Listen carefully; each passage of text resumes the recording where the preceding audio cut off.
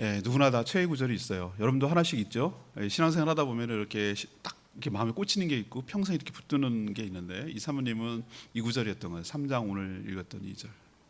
끄슬린 나무에서 꺼낸 나를 정결하게 하시고 깨끗하게 하셔서 다시 사용하시는 그 구절의 은혜가 됐던 것 같아요. 자기가 거기가 투영이 되고 그 끄슬린 나무가 꼭 자기 같거든요. 그런데 나를 어떻게 구원하시고 은혜를 주셨는지 대입이 되니까 은혜가 되는 것이죠. 여러분도 살면서 또 오늘 말씀을 통해서 하나님의 은혜가 어떻게 나에게 적용이 되고 임했는지 깨닫게 되기를 원하고, 불에 끄슬린 것 같은 정말 불구덩이 살다 보니 힘들고 치이고 깨지고 망가지고 죽은 것도 아니고 사는 것도 아니고 아무런 짝에도 쓸모없는 인간처럼 되어버린 내 모습, 제일 처참한 모습이 불에 끄슬린 나무예요. 이거는 심어도 나지도 않고 뭐 새 생명이 나는 것도 아니고 그렇다고 멋진 제목이나 가구로 쓸 수 있는 것도 아니고 그냥 버리는 거죠. 아무짝에도 쓸모없는 그런 인생이었는데, 그런 나를 건져주신 은혜가 너무 크게 다가와서 이 최애 구절이 된 것이죠. 우리도 살다 보면 그럴 때가 있어요.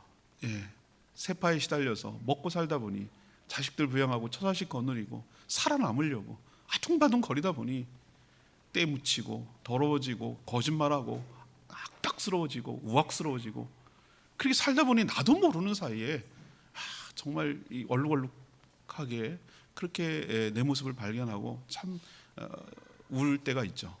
내가 어쩌다가 내가 어렸을 때 이 정도는 아니었는데 참 순수했는데 어쩌다 이렇게 영악스러워지고 우악스러워졌지?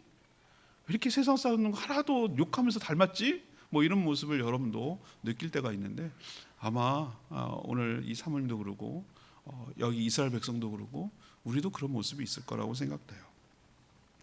그럴 때 꼭 절망이 들어요.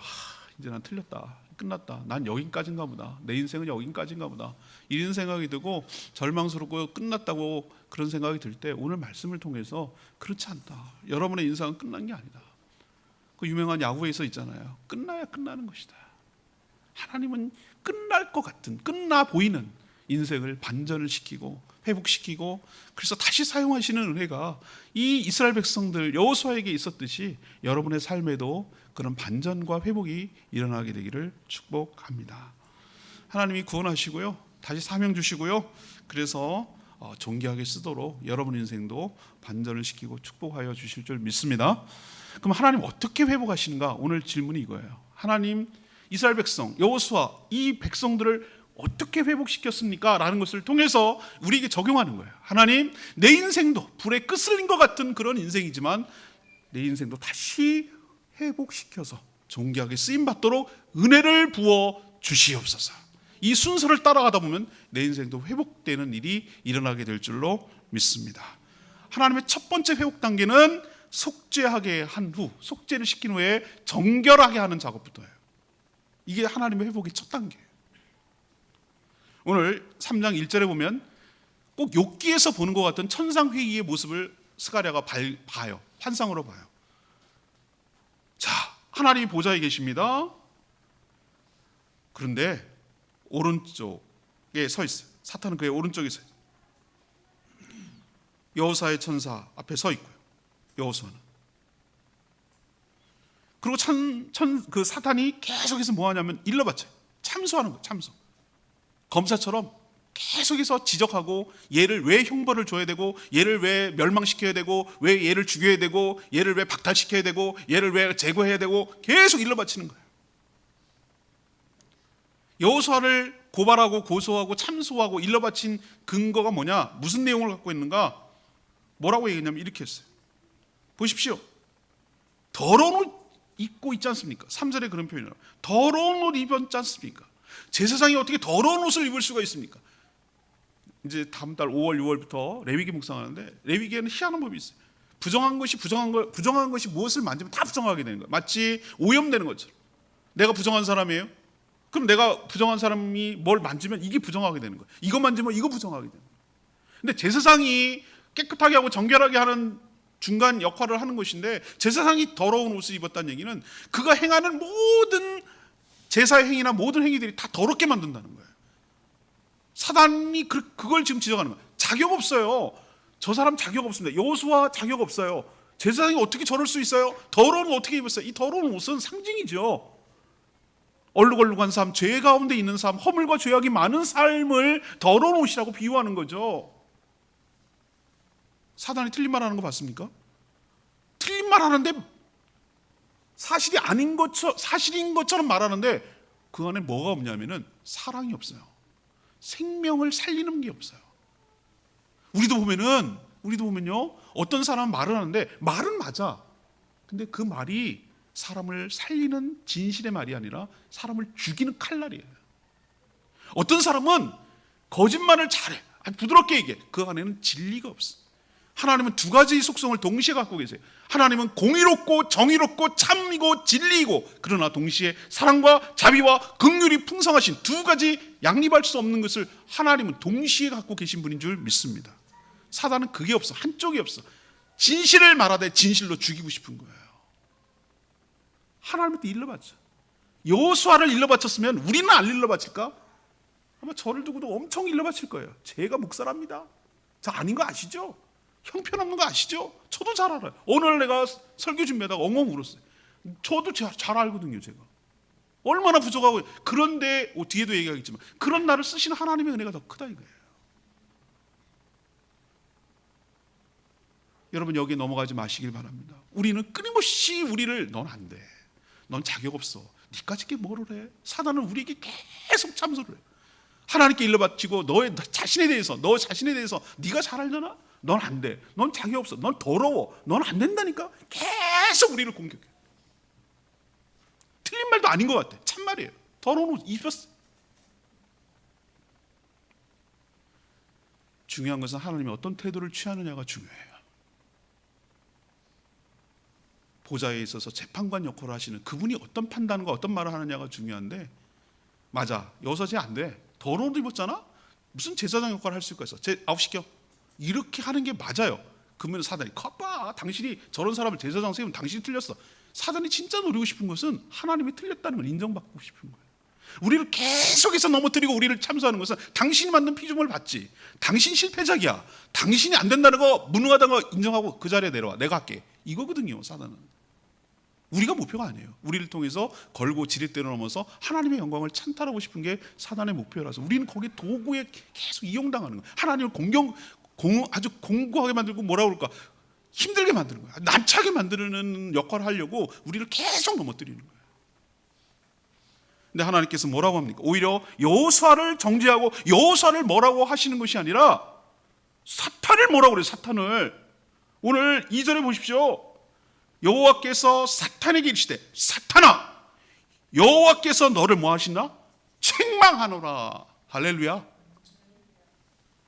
책망하노라. 사탄아, 책망하노라. 예루살렘을 택한 여호와께서 너를 책망하노라.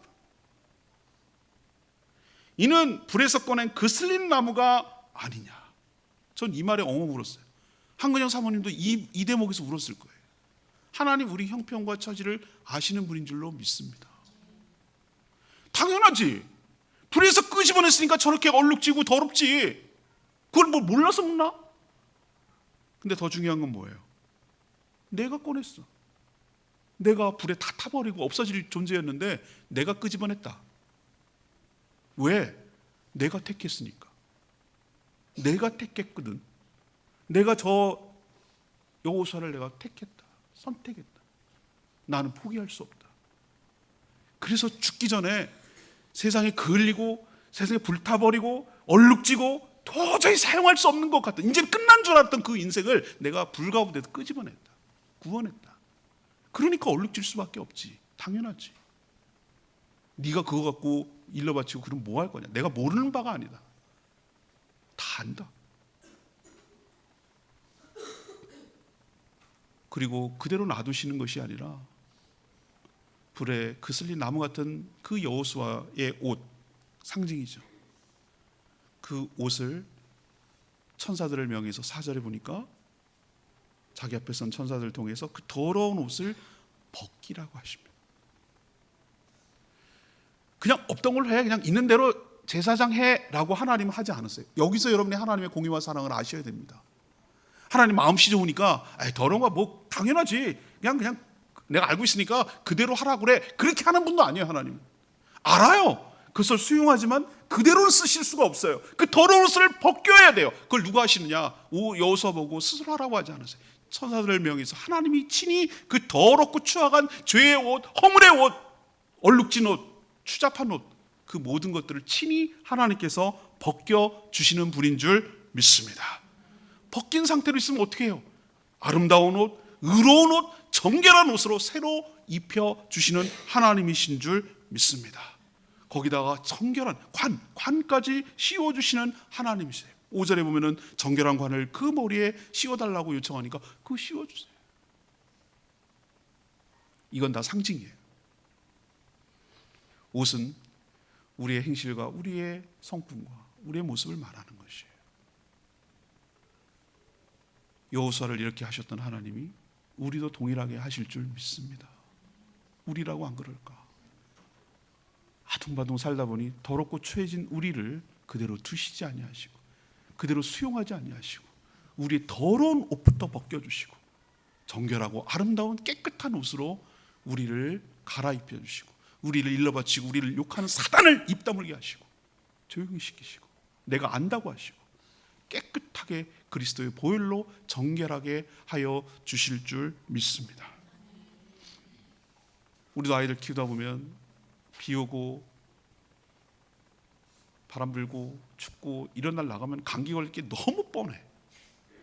그런데 막 떼거리를 부리고 막 뒤집어지고 난리를 치고, 그럼 엄마가 견디다 못해서 알고 있었지만 나가 그래, 탕자의 아버지처럼 나가 놀아라 허락했다고 좋다고 나갔는데 하나님 부모님은 그 뒤까지도 다 생각을 하고 있는 거예요.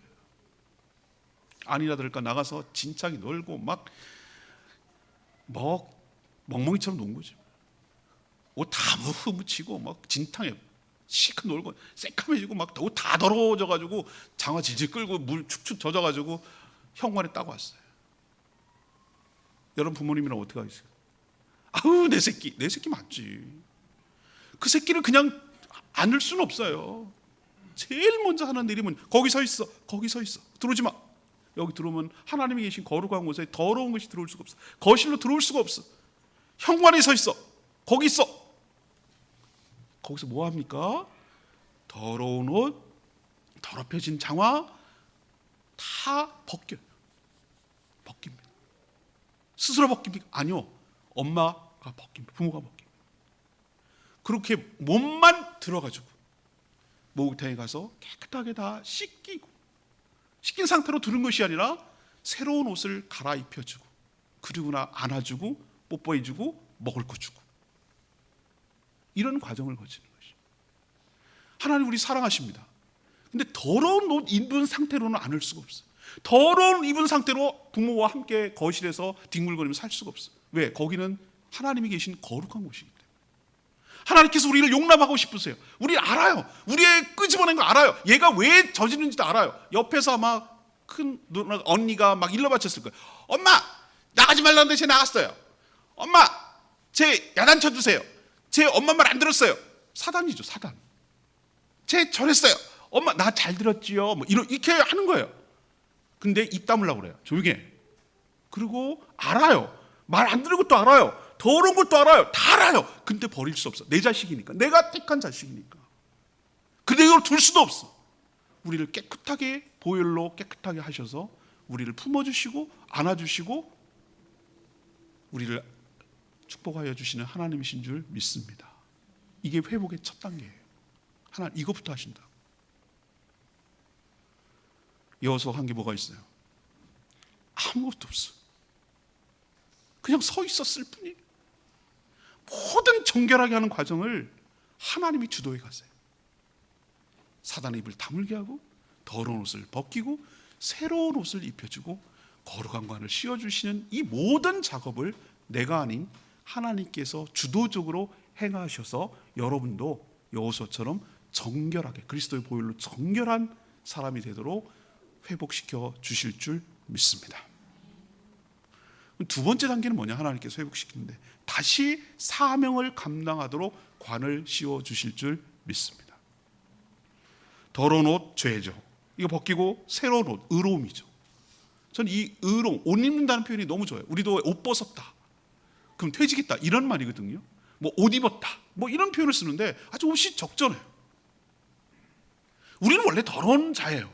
더러운 옷이 있어요. 근데 예수께서 그 더러운 옷을 벗기시고 죄의 옷을 벗기시고 의로움의 옷을 우리에게 덧입혀 주신 줄로 믿습니다. 원래 우리는 죄인이지만 용서받은 의인이 된 것이죠. 용서받은 죄인이 된 것이죠. 그래서 하나님 눈에 보기에는 깨끗하고 의롭고 정결한 자가 된 줄로 믿습니다. 왜? 예수의 보혈로 그 죄값을 다 치러주시고 예수님의 보혈로 우리를 깨끗하게 하셨기 때문에 하나님 눈에는 우리가 의롭고 정결한 사람 보이는 거예요. 그 다음에 스가랴가 하나님 거길로 멈춰주시 마시고 관을 씌워주십시오. 제사장 역할을 하기 위해서는 관이 필요합니다. 이 관이 있거든요. 관이 필요합니다 라고 얘기했더니 그것도 들어주셔서 그에게 정결한 관을 씌워주세요. 관은 의미는 모든 왕관도 그렇고 모든 왕의 왕관도 그렇지만 이건 지위와 권한을 말하는 거예요. 상징하는 거예요. 관을 씌워주신. 왜 관을 씌워주실까요? 임무와 사명과 역할이 있기 때문에. 정결한 단계로 하나님은 멈추시지 않아요. 그 다음 단계로 나가시는데 우리를 회복시키고 우리를 죄악 가운데 건져주신 다음에 그 다음 단계는 뭐냐면 사명의 자리로 이끌어 주시는 분인 줄로 믿습니다. 그럴 때 가치 있고 보람 있고 의미 있는 삶을 살기 때문에. 그 사명이 뭡니까? 오늘 나오죠. 몇 절이 나오냐면은 7절이 나옵니다. 만군의 여호와의 말씀에 내가 만일 나의 도를 지키고 행하고 내 규례를 지키면 너는 나의 집을 다스릴 것이야.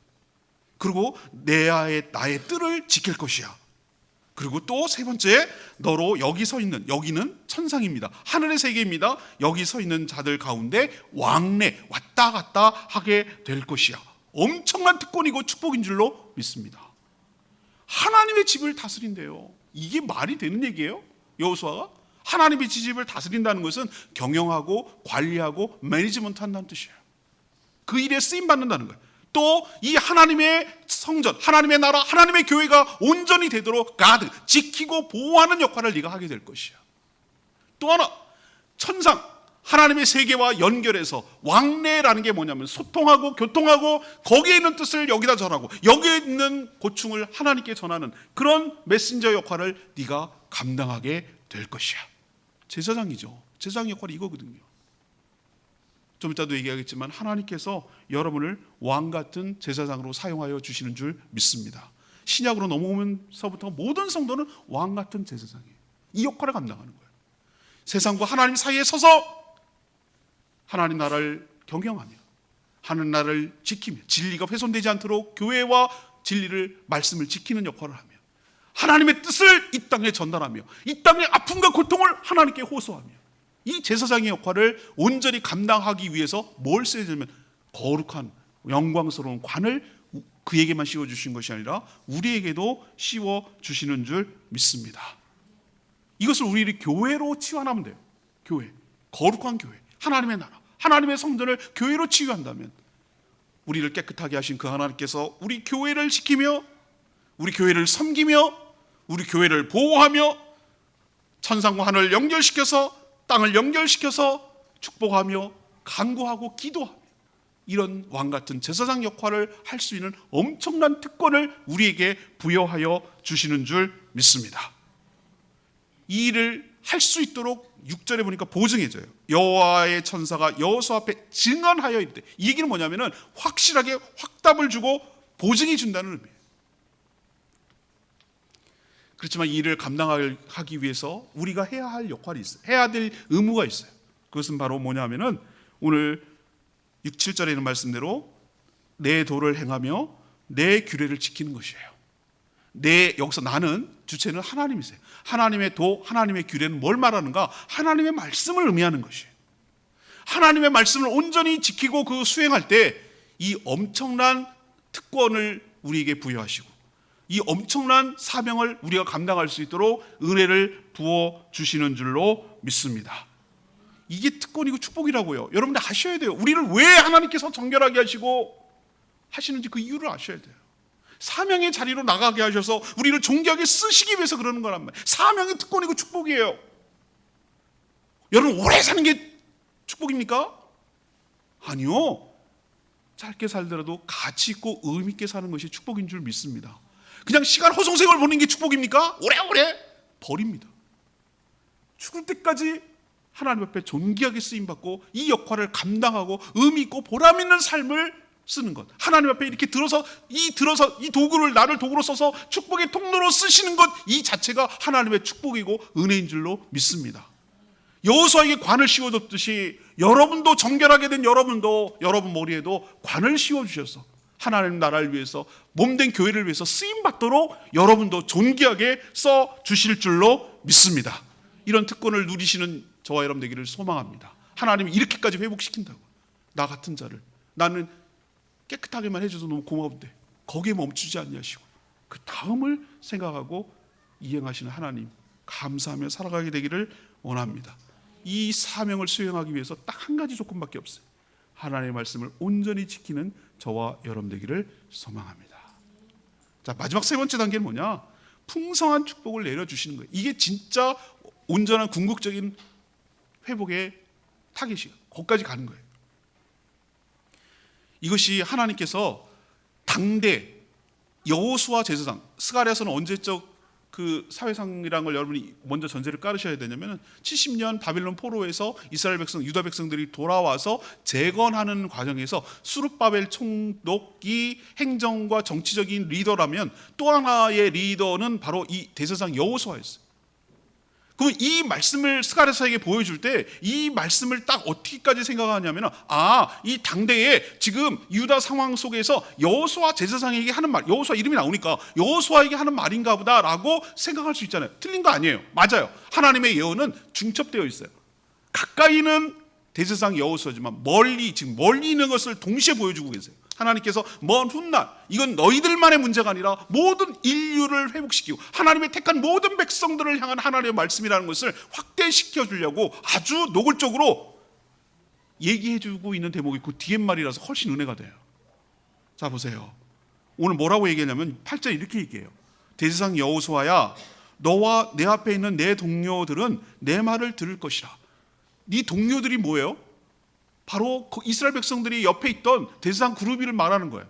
그리고 이것은 이 기록이 되어 있는 것을 읽게 될 훗날의 여러 성도들까지 포함되는 말이에요. 이거는 예표의 사람들이라. 여기서 제가 딱 알았어요. 하나님은 여기까지 당대만 이야기하고 싶은 게 아니었구나. 이거는 하나의 뭐냐면 이미테이션? 예표는 뭐냐, 미리 한번 샘플로 보여주는 거예요. 우리 저 시제품 나왔어요. 한번 써보시죠. 이게 이런 거예요. 이 시제품이 앞으로 진짜 완제품이 계속 생산하면 이런 식으로 나올 거예요 라고 한번 미리 보여주는 것이죠. 여호수아에게 했던 모든 것들은 이거는 예표예요. 뭐냐면 샘플이란 말이에요. 진짜는 따로 뒤에 있다는 얘기예요. 진짜는 뭔데요? 8절에 나오죠. 내가 내 종 싹을 나게 하리라. 싹이 뭐예요? 새싹. 싹을 우리나라 말로 순이라고도 합니다. 이사야서에는 새 순 같다고 했어요. 누구를? 예수 그리스도 메시아를. 일관성 있게 다 연결되어 있는 거 여러분 아세요? 지난 주일날 부활절날 내가 말씀드렸죠? 제자들에게 맨 마지막에 했던 얘기 뭡니까? 모세의 율법과 선지자의 글과 시편에 있는 것을 통하여 끄집어내서 거기에서 나를 이야기한 것을 차근차근 제자들에게 가르쳐 주시니라 라고 하셨어요. 지난 주일이에요. 여러분 처음 듣는 것처럼 얘기하시면 안 돼요. 표정을. 근데 짐작컨대 그때 얘기하셨던 소스 중에 스가랴로 들어갔을 거라고 합니다. 왜? 스가랴서가 하나님이 메시아를 예언한 내용이 풍성하게 담겨 있거든요. 그 중에 여러분이 대표적으로 스가랴가 제일 아는 게 9장 9절에 나오는 말씀인데, 나귀를 타고 입성하실 거라는 거 여러분 너무 많이 들었죠? 그것만 있는 게 아니에요. 여러분들 오늘 이 말씀도 아주 뚜렷하게 메시아에 대한 얘기를 하고 있는 거예요. 이건 예표야. 이거는 그냥 미리 보여주는 샘플이야. 진짜는 따로 있는데 내가 진짜로 회복시켜줄 자가 올 건데 그게 새싹을 나게 하리라. 내 종이라고 그랬어. 내 새싹이라고 그랬어. 나라고 그랬어. 내 거라고 그랬어. 그분이 바로 뭘 의미하는가? 바로 예수 그리스도, 새순 새싹이 메시아인 줄로 압니다. 또 하나 덧붙여놨어요. 9절, 내가 말하노라 요 앞에 세운 돌을 봐라. 한 돌에 7눈이 있는데 돌? 건축자들의 버린 돌이 모퉁이 돌이 된 줄로 압니다. 예수님을 가리켜 산돌, 리빙스톤, 산돌이라고도 표현했습니다. 이게 다른 성경에 나옵니다. 아, 돌. 이게 그때는 몰랐을 거예요. 무슨 뜻인지.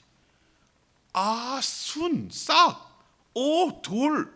이게 뭘까? 근데 7눈을 가졌대. 히브리인들에게 7은 완전 숫자예요. 완전한 눈을 가졌어. 이 순과 이 돌이 누구를 지칭하는가? 바로 메시아 예수 그리스도인 줄로 믿습니다. 자, 그분이 오늘 어떤 일이 벌어지느냐? 메시아가 오면 돌에 구원받을 자를 하나 새길 것이다. 9절에 우리도 은혜를 어디 세워야 되는? 돌에 새겨라. 원하는 물에 새겨라. 이런 속담이 있잖아요. 근데 우린 거꾸로 하잖아요. 원하는 돌에 새기고 은혜는 물에 새기잖아요. 돌에 새기는 이유는 뭡니까? 오랫동안 남기 위해서. 진흥원 숭수비, 관계토항비. 그게 언제적 얘기인데 아직도 남아있냐고요. 돌에 새겼으니까. 제 고향 석천동에 가면 수치스러운 청태전 공덕비라는 것이 있습니다. 우리나라 침략했을 때 그 돌이, 그러니까 지금까지 남아있는 거예요. 자, 여러분, 돌에 새긴다라는 것은 뭘 말하는 거예요? 뭘 돌에 새긴다는 이야기는 구원받을 자를 하나님께서 예수라는 돌에다가 새겨주신다. 이 얘기는 구원을 확실하게 보증한다는 뜻이에요. 또 하나 희한한 말씀을 하세요. 이 땅의 죄악을 하루에 제거하리라. 이게 뭐야? 하루에 어떻게 제거를 해? 알겠어요. 이걸 신약에 조명하고 비춰보면 예수 그리스도께서 십자가에 달리시는 그날 인류가 저지른 과거, 현재, 미래의 모든 인간들이 저지른 죄악을 그날 예수 그리스도께서 다 담당하시고 그 죄값을 치러줘서 용서받을 수 있는 길을 열어주셨기 때문에 그날 모든 죄가 하루에 제거된 줄로 믿습니다. 전부 다 타깃은 어디를 향하고 있냐면 예수 그리스도를 향하고 있는 것이에요. 예수 그리스도를 통하여 구원받는 자, 앞에 모든 다 연결돼요. 예수 그리스도의 보혈을 통하여 우리가 정결하게 될 줄로 믿습니다.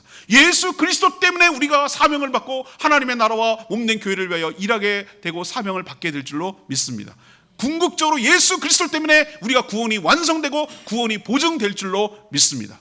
예수 그리스도께서 최종적으로 하실 얘기가 뭡니까?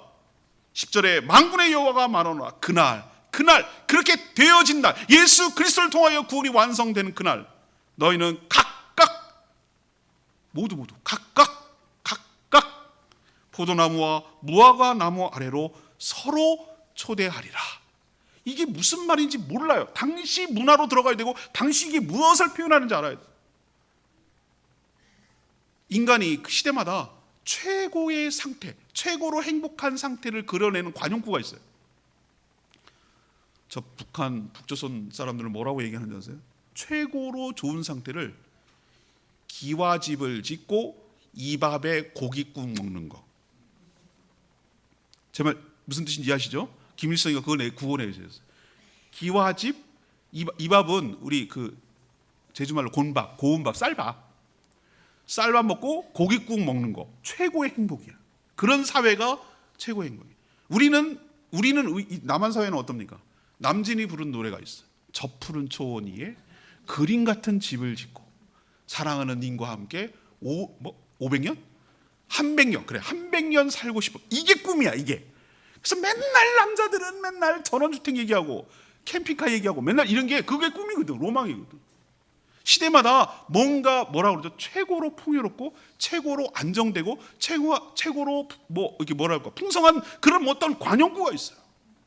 이스라엘 백성들에게 있어서 요순 시대 이런 중국도 그런 게 있죠. 그런 것처럼 최고로 모든 것이 풍요롭고 안정되고 평화로운 시대를 이렇게 표현하는 거예요. 어떻게?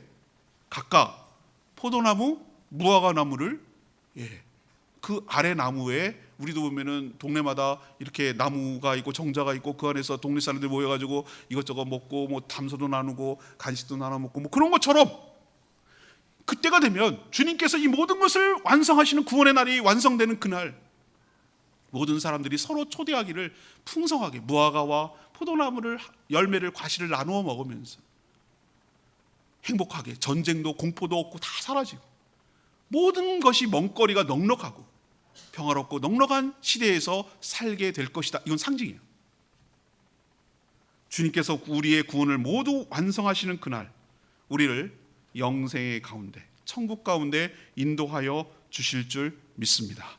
이게 주님께서 우리에게 주시는 제시한 비전이에요. 이런 계획이 있다는 거예요. 예수 그리스도를 통한 속죄, 예수 그리스도를 통한 치유, 예수 그리스도를 통한 영생, 부활과 영생과 천국의 복락을 약속하는 귀한 말씀이 세상에 신약도 아니고 스가랴서에 담겨 있을 줄이야. 하나님의 약속은 일관성이 있게 진행되고 똑같이 같은 얘기를 한다. 그래서 더 믿을 수 있다. 시대가 다양하고 얘기하는 사람이 정말 다양한데 성령 하나님이 똑같거든요. 이 이야기를 전해주고 이 이야기를 보여준 분이 똑같기 때문에 같은 얘기를 일관성 있게 할 수가 있는 것이에요. 그래서 우리는 더 하나님의 약속을 신뢰하고 믿을 수 있게 된 줄로 압니다. 제가 자유하게 하는 삶 공부를 했는데 제가 많이 은혜를 받았어요. 그래서 그걸 시도하려고 지금 마음속으로 기도하고 준비하고 있어요. 이 땅을 살아가는 사람들 보면 마음의 아픔과 상처와 응어리들이 너무 많아요. 한 사람은 겉으로는 멀쩡해 보이는데 굉장히 나이스하게 살아가는데 한꺼풀 벗겨보고 진짜를 직면하게 하면 과거로부터 여러 가지 겪었던 수없는 걸림과 묶임과 이런 것들 때문에 자유하지 못하고 그렇게 살아가는 사람들이 너무 많다는 걸 알았어요. 예수 그리스도를 믿는 사람 가운데도 그런 사람들이 너무 많아요. 사단은 그걸 먹이로 해가서 그것을 집요할 정도로 우리를 공격하고 참소하고 우리를 괴롭혀요. 그 강의를 들으면서 제가 아직 인상 깊었던 말이 목회 칼럼 지지난주에도 썼는데, 쥐를 잡을 때, 쥐가 사단이라고 귀신이라고 칩시다. 쥐를 잡고 싶은데 쥐를 직접 때려잡을 수도 있죠. 그러나 쥐가 꼬이지 않도록 더럽고 추악한 것을 깨끗하게 청소해 놓으면 쥐가 꼬이지 않게 될 줄로 압니다라는 말에 제가 동감했어요. 우리가 살다 보면 불에 끄슬린 것 같은, 살다 보니 세파에 시달려 보니 거짓 맹세했던 거, 음란했던 거, 도둑질했던 거, 여러 죄악들 가운데 했던 거, 부모로부터 학대받고 상처받고 누구로부터 심한 말 듣고 냉대받고 왕따당하고 이런 여러 가지 정서적 아픔, 육체적 아픔, 이런 것들이 사단이 계속해서 그것을 틈타고 먹잇감으로 해가지고 우리를 사로잡고 우리를 괴롭힌단 말이에요. 그래갖고 나도 모르게 막 꼭지가 돌고 나도 모르게 막 분노가 폭발하고 나도 모르게 우울과 업다운이 너무너무 심하고 하이로 찍었다가 막 조울증 생기처럼 밑에 내려갔다가 죽을 거라 그러고 뭐 살 거라고 뭐 이렇게 살아가는 사람들이 의외로 너무너무 많다는 거에 제가 동감이 되고 고민했어요. 이것을 하나씩 하나씩 예수 그리스도의 보혈로 끊어내고 치유되고 회복시킬 때 우리가 자유하게 될 줄로 믿습니다. 오늘 회복시켜 주시는 하나님의 은혜가 여러분 가운데 있게 되기를 원해요. 예수의 보혈의 능력이 있는 줄 믿습니다. 여러분이 생각하는 것보다 훨씬 더 능력이 있어요. 사단은 예수의 보혈을 정말 싫어해요. 예수의 보혈로 하면 아주 징글징글해요. 무서워해. 자기 무력화되니까, 자기가 힘이 다 빠지니까. 독이 들어갔는데 거기다 중화제를 넣어버려갖고 독이 사라져버리고 자기가 마음대로 못하니까 보혈을 싫어해. 보혈로 덮어버리면 자기가 설 자리가 없으니까. 예수 이름의 권능이 있는 줄 믿습니다. 예수의 보혈의 능력이 있는 줄로 믿습니다. 이걸 치유하고 깨고 부셔야 돼. 그래야 우리가 회복되고 우리가 온전해져서 하나님 나라를 위해서 존귀하게 쓰임받는 관을 씌우고 하나님 주신 사명 감당할 수 있어요. 그게 안 되면 여전히 쩔름바리처럼 여전히 부분적으로 여전히 관망하는 자세, 이렇게밖에 살 수 없어요. 여러분의 인생이 정말 진짜로 회복되기 위해서는 이 단계를 거쳐야 돼요. 예수 그리스도께서 여러분의 더럽고 추악한 죄를 깨끗하게 속죄해 주시고 정결하게 하여 주셔야 될 줄 믿습니다. 여러분의 아픔과 상처들을 다 끄집어내고 드러내고 그것을 예수 그리스도의 보혈로 덮고 끊고 묶고 떠나보내야 될 줄로 믿습니다. 예수 그리스도께서 주시는 그 아름다운 면류관의 관을 쓰셔서 깨끗한 옷을 입고 그 아름다운 직무, 교회를 세우고 교회를 지키고 천상과 왕래하며 하늘과 땅을 연결하는 복된 인생으로 살아가도록, 여러분이 그런 인생이 되도록 하나님께서 여러분을 회복시켜 주시고 주도해 주실 줄 믿습니다. 그 보혈을 의지하며 주님 앞으로 나가는 복된 인생 되기를 축복합니다. 오늘 말씀 붙들고 기도하기 전에